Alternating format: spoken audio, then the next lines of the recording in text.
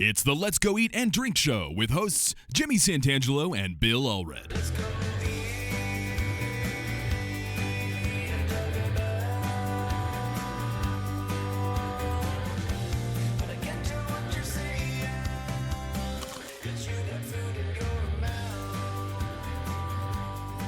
I'm your announcer, Zach Caton, and we're coming to you live on tape from Casat in the heart of 15th and 15th.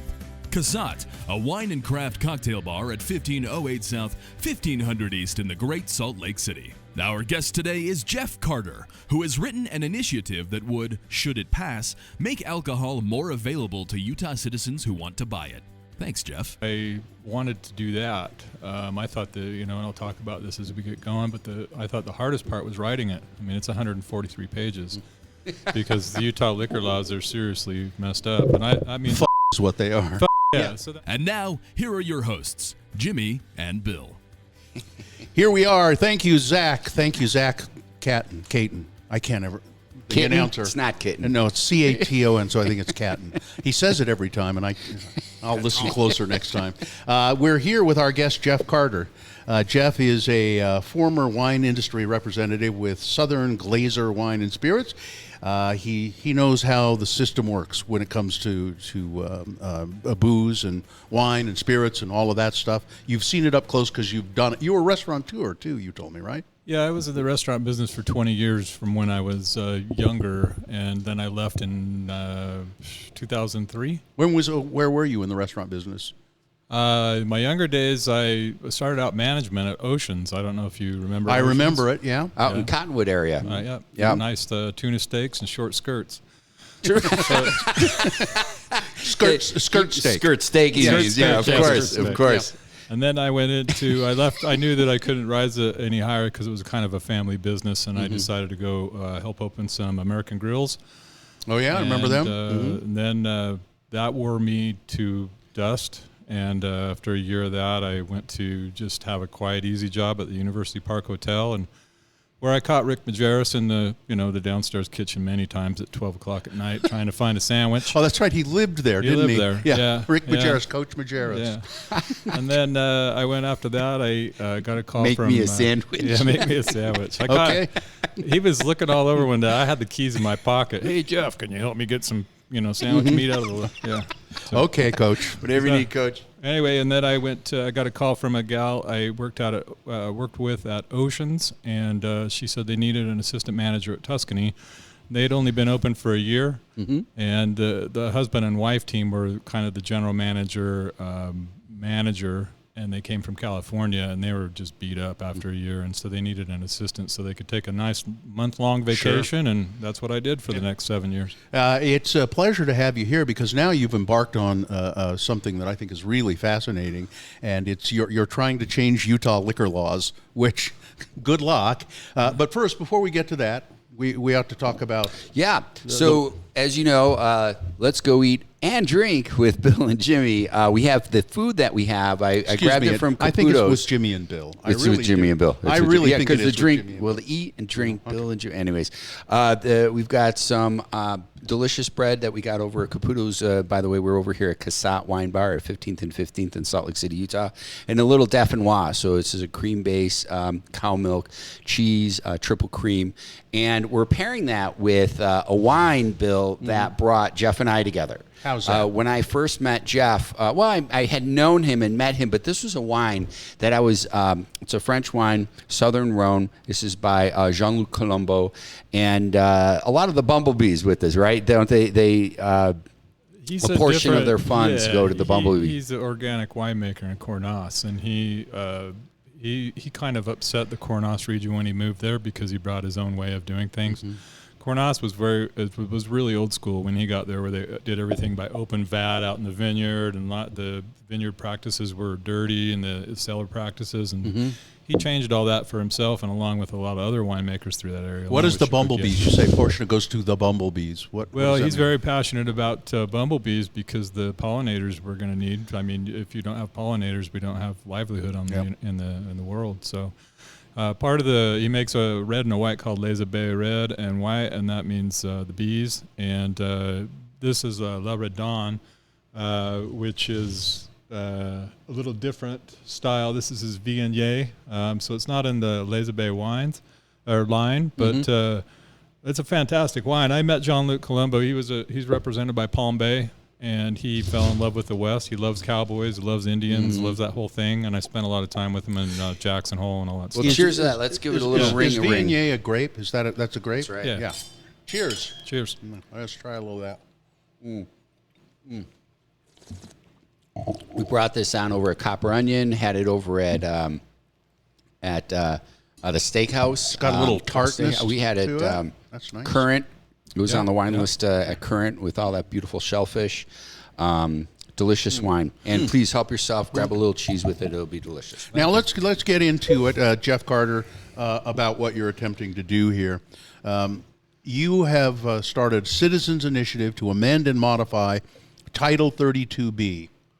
And should it pass, it would provide greater availability for alcohol to people in Utah who want to buy it. First of all, you need a sexier title. Yeah, well, Citizens Initiative to So, attend and modify Title 32B. Well, I wrote it for the citizens. I mean, I could have called it Jeff Carter, but I feel like I was born and raised in Utah, and I want to do this for the state of Utah. I've always felt that the liquor laws are terrible. Most people that live here and consume feel the same way. All the tourists that come here and want to have access feel the same way. And I think we hit 90 years at when Prohibition passed, and was that 2000? It's December 5th, so we're going to be at 90 years. It's when my sister's birthday. Repealed Prohibition, and I have this just from living here and being in the business all these years, and some contact and direct contact, and then working for Southern Glazers Wine and Spirits for 17 years and learning how everything works. I just decided that first of all, I got fed up with it. I got fed up with dealing with what was called the DABC at the time. Now they're called the DABS to sexier that up, and That stands for the Division of Alcohol and Beverage Sexy. yeah, something like that. Yeah, that's exactly That's right. what it is. Yeah, shorter skirts there too. Yeah. So Skirt steaks, we're talking. yeah, skirt steaks.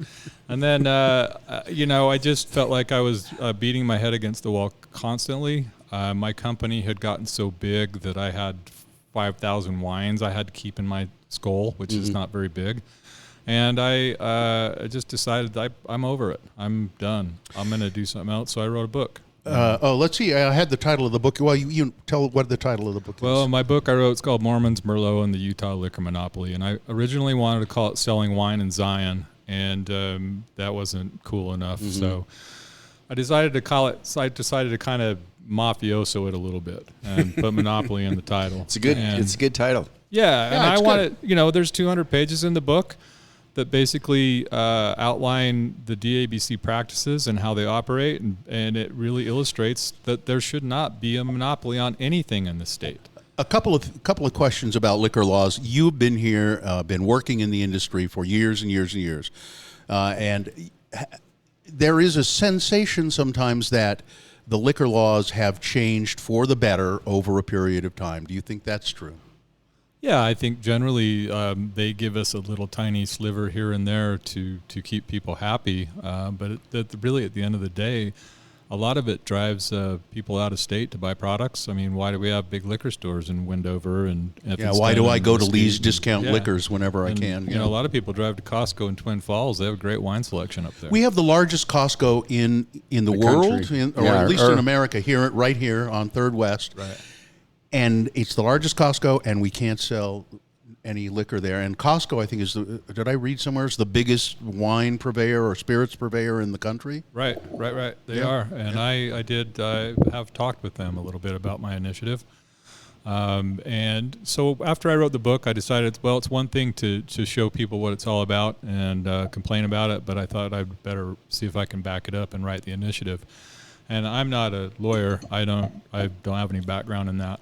But what I did to figure it out was I pulled the initiative that was ran in Washington State that Costco paid $10 million for by a team of lawyers. What did they did it run? wrong? What did they run there? Why did they? Well, in 2011, they wanted to take the liquor out of state liquor stores because wine and beer was already private in Washington. in Washington. Okay. So wine and beer you could get in a grocery store, but you couldn't get liquor. Right. Or at Costco you could get wine and beer, but not liquor. Not liquor. And they wanted their Kirkland labels in there. And what happened was they screwed up the taxation on it, and it still continued to drive people into Canada and Idaho and Oregon to buy liquor because the pricing was way out of whack. Yeah. So it was trying to be a positive step forward, great, maybe even model for other control states to take, but then it backfired. It did backfire. Oof. But I think over the last 10 years, they've figured out a way to modify those that taxation so it's not as harsh, and I think less people are driving out of state. All right, so you read that, and then you go through I assume you read the Utah liquor regulations from beginning to end. Yeah, but so basically, I did take some information from that document, and I used a little bit of it. I didn't. I didn't plagiarize. I mean, I worded it myself. Yeah. And then basically what they did was they double bracketed everything that didn't make sense. They crossed a line through it, and then they put in the stuff that did make sense, and they underlined it. And then they made a list of all the codes they changed. And it was a huge undertaking. It was reading through 300 plus pages of Utah liquor legalese, which is Title 32B is what it's listed under. And after I had read through that and felt like I got something, I was going to run it 2 years ago, but I was too late in the year to do it. And the new Lieutenant Governor, Deidre Henderson, their team never got back to me. They never updated their website. I had no idea when the dates were, and I just decided to hold off. Okay. So I updated it, and I came up with 143 pages of codes that I've changed, and it's really significant. And what's the nut of it? The nut of it is turning the DABS, which is the sexy Department of Alcoholic Beverage Control, into a wholesaler. So rather than retail wine and spirits, let's make them a wholesaler. And this is modeled after Wyoming. I had that as a territory for a long time, and it's very similar. And a lot of people don't understand that Wyoming is a control state. And there's 17 control states around the country. And it just so happens that Wyoming's the best because they let capitalism run its course as it should be in the free market. Utah's business friendly. Well, depends what the business is. They say there are. Yeah, it depends on what the business is. But break some bread. I feel like one of the main components to this is keeping the money in the state. Like, why are we forcing so much out? And I think that most of the legislature thinks that it's a small fraction, and it's actually a large fraction. And I there's thousands of people that have wine memberships that are sent to Evanston, and they pick them up at a UPS store up there. Yeah. Oh, like the wine of the month club. Exactly. Or the NPR wine. Yeah, the NPR. You can have morning edition Merlot. Yeah. What? It'll put you right to sleep. It's a bottle of Merlot that they put a morning edition label on it. As part of your model with having the state be the wholesaler, would they still own their properties and still own the wine stores and things like that, in addition to maybe if you and I wanted to open up a cool boutique-y French little liquor store in the avenues kind of a thing? Well, there's a lot of facets to what I'm proposing, and it scares a lot of people. They're like, why are you asking for so much? And I'm saying, well, why shouldn't we have what other people in other states have? How much are you asking for? I mean, let's say that this goes through. What is now the Utah liquor landscape look like? Well, right now, the major markup on alcohol was when the DABS buys it, they mark it up 88%. That gives you a retail price in their liquor stores. They do have small supplier discounts, but that's a real small fraction of the whole overall profitability that they're making every year. My idea is turning them into a wholesaler. I instituted a flat tax of 30%, and that's really typical of what a distributor makes in an open state, like Southern Glazers Wine and Spirits or RNDC or some of these others. And, if you allow distributors to come in the state, then you have a problem like where you're creating this problem in Washington where you have to give 25 to 35% to a distributor. The state's going to want their money. Then by the time it gets to a retailer or a restaurant, it's going to be excessive taxation again. And it's still going to drive people out of state. So I really put a lot of thought into this, and the reason why I don't think we need distributors here is because of the way we have the interstates that bisect the state, and there's goods flowing through here consistently, up and down and across to all parts. We have inland ports coming online. We have international airports. I mean, there's all kinds of ways to get alcohol here. Sure. And so what I did was create this in a way that is business friendly and consumer friendly. And so to do that, the state would have to sell off all their liquor stores, except for 8 of them. Right now there's 52. Why except for yeah. 8 of them?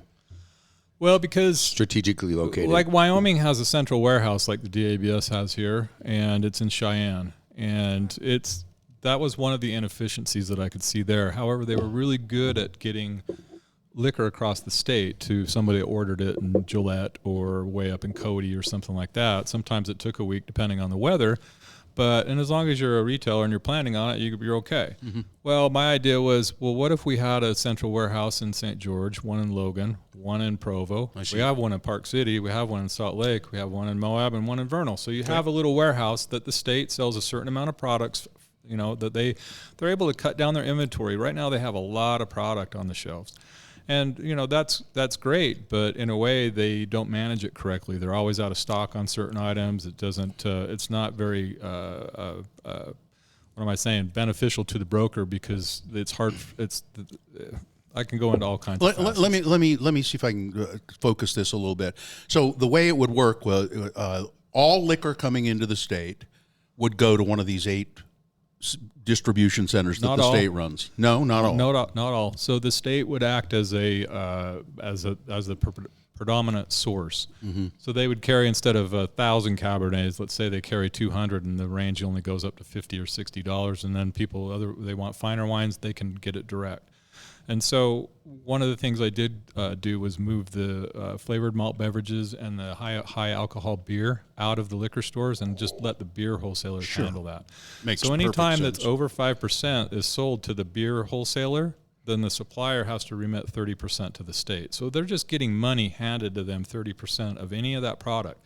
It also would include all the local manufacturers. That's over 5%, 30% goes to the state. All the local distillers and brewers. So they wouldn't have to go through the DABS. And then I created a license called a direct shipping wholesaler, and this is very similar to Wyoming.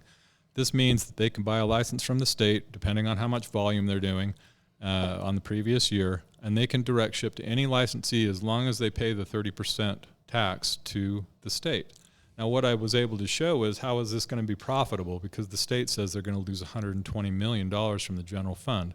Well, they don't take into account the money that's remitted by the beer wholesaler suppliers and by these new people that, these Gallows and Mondavis that are buying the direct shipping license. So what happens is, as the cost of liquor goes down, the profitability goes up. So if 25% of the products that are consumed in the state of Utah are from direct shipping wholesalers and the beer suppliers, their profitability is $74 million. If it goes to 40%, then it's $124 million, and I don't see any reason why it shouldn't be 40 or 50%. So the idea is to have the state carry a select amount of liquors and wines that are available for any licensees that needs them right then and there and now. Anybody who owns one of the liquor stores that they bought from the state. Yep. Anybody who owns a liquor store, I have those being auctioned off at the end of the initiative. I got a dateline and how it's all going to happen, and it was really well thought out. And I have to pat myself on the back because a lot of people have tried doing something similar and they've always been denied. I had the legal team for the lieutenant governor go through my initiative, and they approved it. So I got it through on the first go. They say so. We will accept this as a citizens initiative that could be put on the ballot because it's solid. Right. They're just checking it to make sure you're not setting up a booze stand on the corner of 7th East. Now, South. would we be able to buy liquor then at Costco and all of that, and also would we be able to buy liquor in the grocery store? Spirits? One of the facets to this is there's what's called package agencies in the state. And package agencies were originally these little mom and pop stores in Delta and Bullfrog. I've been to all of them. I think. Yeah. And those people own that building. They pay the insurance. They pay the bond to the DABS, and they are consigned a certain amount of alcohol. And anytime that's sold, they give the money back to the state. So they don't keep any of it. They get a fee, and a very small fee. And it's not fair to them. So what I did was I changed their agreement with the state to a license. So that means they become a licensee. They can pay the 30, they get charged 30% wholesale, and then they can mark it up and have a retail price. They make a lot of money. Mm-hmm. So, and right now there are 146 package agencies in the state. It's all based on population. It's all based on quota, and the quota right now is one package agency for every 18,000 people. Well, I lowered the quota to 16,000 because my idea is, Costco and Harmon's and these other folks could get a package agency license, and then I see. Oh, I see. And how it then works. yeah, and so I didn't want to freak everybody out. You know, the biggest thing the press is getting wrong is, oh, he wants it booze in every corner store and convenience store and grocery store. That's not the case. It all has to go on. You know, the Liquor Commission has to decide which grocery store, which whatever gets a liquor license, and it's all based on where the proximity to schools and parks and other licensees. And you know, just because like Costco in Murray, they wouldn't qualify for a liquor license because they're right across the street from Murray High School and just down the street from Murray Park, and there's a hospital right next to it. But the Costco in Sandy, you don't want those patients at the hospital getting boozed up. Some medicine. yeah, but the Or Costco, better yet, the surgeons getting boozed up. well, walk right across the parking lot and grab some Kirkland vodka. And, And then perform surgery. Martini lunch. hand me the anesthesia. So you have, in order to get this initiative going through, don't you have a couple of steps to accomplish by February or something? I had read? And to be truthfully honest, I wanted to give you an update. I got the big. I thought that the hardest part to this whole initiative was going to be writing it, because it took me a couple of years. The hardest part's been finding funding, because a lot of people don't believe it can be done. And you know, I mentioned a minute ago that Costco had spoken with them, and we exchanged a few emails. They called me a couple of times. I called them, and right now they have my initiative. They asked me on the last contact with them to send me the initiative. Send us the initiative. We'll have our legal team take a look at it. We'll meet, and we'll let you know. This is Costco. You're the up in Kirkland. Yeah, You're dealing with them right now. That's the major supplier or supporter that I am courting. Harmon's told me no, and I think that's partly because of it's because they're they are perceived as conservative. Yeah, and they're perceived as the. But if you ask them if they want a package They'd agency love it. license, yeah, we'll take one. Yeah, you can do it, but we'll take one. My grandfather. Let us know when it's done. My grandfather was the best Mormon man in the world, but he owned a building that the state wanted to put a liquor store in, and he said okay, and they paid him rent. Wow. So Yeah. and he was very against liquor, but he was not against collecting rent.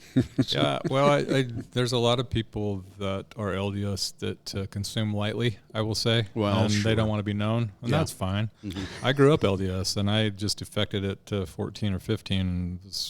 And I needed to open my eyes a little bit. So how can people help with this? What do you need? What do you want? I've only got, right now we're at September, what is it today, 20th? Yeah. I have to do 7 public hearings around the state before I can print the packets, and then I can go get the signatures. And this all has to be done by February 15th. I feel like I handed this on June 9th, because if I waited any longer, I wouldn't have any time. But as it turns out, the funding part of it's dragging it out. And, worst comes to worst, if I have to pull the initiative, which I really don't want to do. I mean, if I can get some funding by the end of the month, maybe Costco steps up, I'll go off and do those town hall meetings across the state and public hearings and start the ball rolling. Wait, do you do that? Would you do that by yourself? I just picture Jeff Carter out there. Hi, Yeah, it's me. I'm rolling into town. Yeah, Yeah. kind of daunting.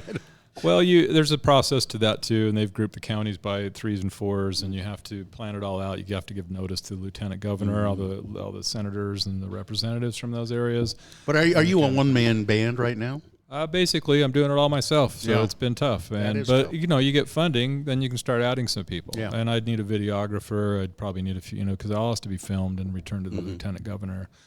And then the process after that is going out and getting signatures. And there is a company here called Political Landscape, Right. And I've talked with them, but they have the ability to mobilize a team to go get signatures. Sure. That's where the money comes in. And they've told me it's anywhere from $1 million to $2 million. I don't know. I've never done this. So, the people that ran the marijuana initiative was about $1 million. So have you spoken with them how they got all that? Because I kept saying on the radio, no, this will never happen. It will never, and I was surprised. Well, and that's why I think Utah's changed. I mean, the minds are different. A lot of my family, probably 75%, are still LDS. So they're with me. They don't care. They're not gonna drink. They're gonna walk right past it, just like they do the beer right now. Yeah. But what I wanted to do is to start the ball rolling. And worst comes to worst, maybe I use the next year to fundraise and contact people and then and then put it right at the beginning of 2025, introduce it again, and run with it. Anybody listening to this right now, is there anything they can do to assist this effort, or is it still? Well, I'm hesitant to take small donations at this point, just because if I don't get any big donors, then it's like I got to return the donations, and I'm not going to keep them. I don't feel like keeping them. It's not my money. I would definitely like that support. I mean, I should have thought of this a long time ago when I wrote my book, but my author name is Spartacus Falangina, and that's my website, and it's a hard one to remember and find. And It's what? Spartacus Falangina. Yeah, no, that's. And I did that because it was symbolic. I still have my job, and I didn't want my company to know who it was.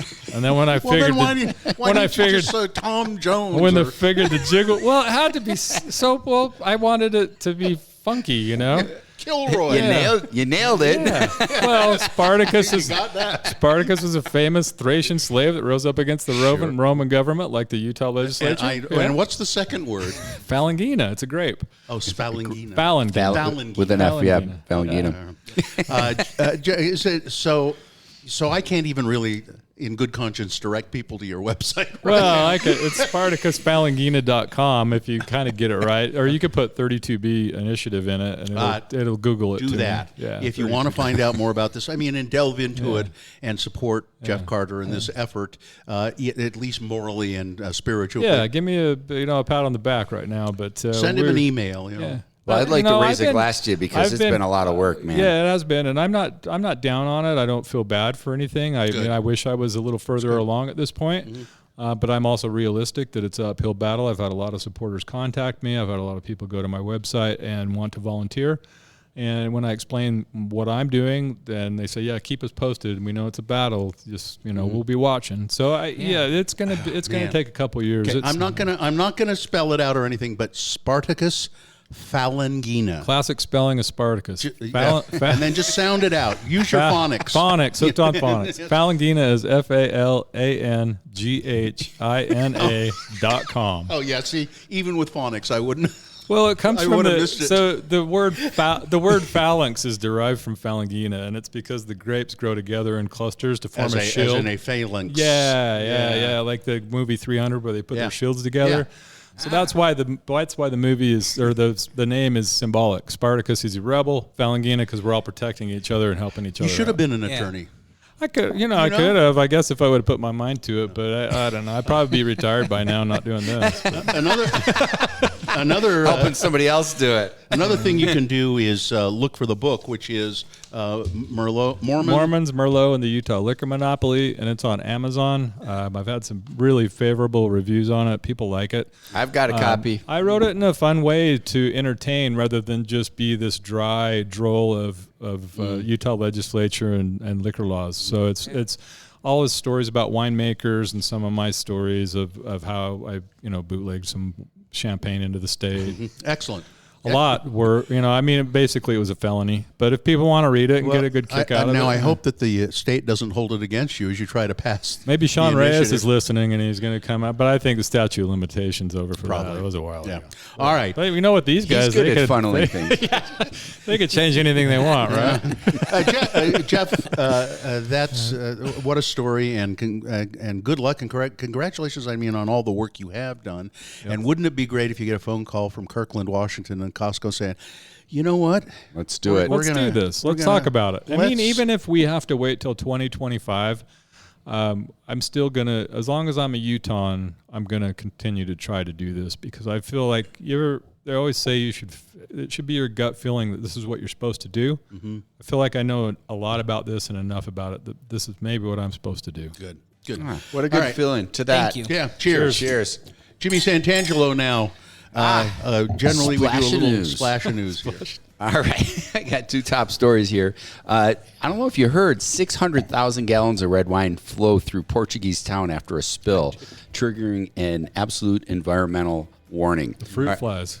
The fruit flies. Can you imagine that? It was like a river. I saw a picture of it. Total river coming down the street. So locals in a small town in coastal Portugal were left stunned when a river of red wine flowed through their street after 2 tanks owned by Lavera Distillery, which were carrying a whopping 600,000 gallons of booze, suddenly gave way. Video posted online that I think you're talking about showed the red liquid rushing down a steep hill in the small town of São Lourenço do Abaro, home to some 2,000 residents. The spill, which was so massive that the wine escape could have filled an Olympic-sized swimming pool, triggered an environmental alert. Sad. It is Thanks, sad. Dawson. Anytime that happens, it's a sad day. Go swimming in that pool, right? And last story here. According to liquor.com, the comeback of the disco drink is on the rise. What's a disco drink? So disco drinks, I'll tell I you. worked in a disco, and I Well, didn't. No kidding. Yeah, They're colorful, It's like fun. what Chevy Chase did in Caddyshack, where he snorts the salt and then. Yeah. I was thinking of the Cosmopolitan, but that's a good one. Some gems from the 1970s and 80s are being revisited with more delicious results. The term, quote, disco drinks has been used in recent years to describe the cocktails that dominated the bar scene from the 1970s and 1980s. Though it sounds fun, it's sometimes used to imply a tackiness that is at odds with more of the serious drinks of the craft cocktail renaissance. Here are a few that you may see at your local craft cocktail joints here in town. The Grasshopper. Oh, I remember that. Coming back, right? Cream de mint, yeah. cream de cocoa, and little cream. Yeah. So very creamy creamy, drink. The classic 7 and 7. Seagram 7 and 7 Up. The Godfather, which was inspired by that 2-part drink. This is Scotch and Amaretto. Oh, wait a minute. Harvey Wallbanger has to be on. Harvey Wallbanger's gotta be in there. Scotch and Drambuie. Is that that's? That might be might be a different one. Yeah. Might be and Between the Sheets, a naughty I name. can see how that would be popular in the disco era. Between the Sheets, a name based after the Screwdriver Vodka Noje, which is the Harvey Wallbanger. Then when you add Galliano, right? I was when I was a graduate student at Penn State University, the corner bar at the Allen Hotel every Monday night was Harvey Wallbanger night, and man, was that a mess. That was the first drink I ordered at a wedding. I overheard it at my table. I was 13 years old, and I was always tall and had my suit on. And I walked up, and I had $1 in my pocket, and I put it right on the bar. It was an open bar, right? Here's the tip, and I'm like, For a Harvey look, a Wallbanger. Harvey Wallbanger. Every time I hear a Harvey Wallbanger, I think of a big rabbit wearing a hat. So I don't know why that is. But Harvey. Harvey, I guess. Yeah. But the Between the Sheets is made up of rum, cognac, Cointreau, that must be where the OJ influence comes in, and lemon juice. Well, I just hope the disco music remains a genre of the past, but I welcome these What about the cocktails. zombie? the Was zombie. That was a big one. Yeah. And that's your splash of news. All right. Now, shall we move on to the card game? I think so. All right. Explain this, Jimmy. So what we do is, Jeff, you remember this back in the days when pre-shifts, you're just doing something clever to keep staff awake and listening. On Yeah, for sure. Thursdays, I would do Dirty Joke Thursdays, and I would do flashcard of both wine questions and PG related sexy questions. Couldn't do it today, but I thought we'd bring it to the podcast. Now, are there any sexy questions in here? There might be. I picked 3. I think there's one. It's sandwiched between. Okay, I haven't looked at the answers. my sexy left at 50. It went to the DABS. Desert Industries on the shelf markdowns. Okay, I don't know the answers either. I haven't looked. Question number. Oh, that's the answer. No, which I didn't read. Question: when is Beaujolais Nouveau released each year? Is it May? That's number 1. Number 2, 3 weeks after harvest. 3, the third Thursday in November, or 4, September 1st. Third Thursday of November. Yep. I That's picked correct. that question because Jeff would help me bring in a barrel of Beaujolais each year, and we would have a Beaujolais festival. It was a grind. I remember you doing that. It was. I remember you doing that at Current. You're welcome. Did you do that at Current one time? yeah, I did it was Current, there. did it at Copper Onion, It's interesting Current. the way they do that because Leonardo Museum. as soon as they, it's basically not been put through oak, but they have to rush it around the world on that day so everybody can take part of that. That's amazing. Beaujolais Day. And you know, I was there when Jimmy did it. I think it was an invited group, media Current, and it was delicious. Yeah. I mean, it was really good. But imagine that It's to a light, crush it's a it. little light and fruity. Crush it, and make wine out of it before you send it out. It's It's like drinking a grape. My favorite Beaujolais Yeah. is it's not Nouveau. It's from one of their little independent districts. But they have Moulin Avant and what's the volcanic one I'm thinking of? It's Not brewery, Florino. no, not Fleury. These are that's ones that you can Souffleur. get. You can get these here. They're a little bit more refined. Some of them have a little bit of oak in them, and they're a lot better. I just like that new juicy flavor. It was really exciting. Yeah. All right, here's question number 2. During Prohibition, hard alcohol was prohibited, but wine was freely permitted. True or false? False. I False. think you could make wine for You religious purposes. That's where the You're- Madavis. and your own consumption, maybe. In your own I think. consumption. Wine was permitted for medicinal or religious consumption. I've always been sick during medicinal. or for personal use. Damn sniffles. Personal use. Families could make their own. Okay. You could make your own wine at home. And one of the ways they got the wineries help with that is they would dry out the grapes and the pumice, and they would put it into bricks, and they would send it to people that wanted it. Bricks of dried grapes. Yeah, and then you could break it apart, and then you could make something out of it. Yeah. But probably grappa at that point. But they said part of the direction says whatever you do not add sugar and yeast to this and that means do this. So Because it'll ferment and turn into alcoholic beverage. That was great. And finally, Whatever you do. This is a dirty question. Uh-oh. You're reading the personals, and a woman describes herself as natural. This means A, she wears no makeup. B, likes sex outdoors. C, has real breasts. Or D, well, I'm out, wants hairy men.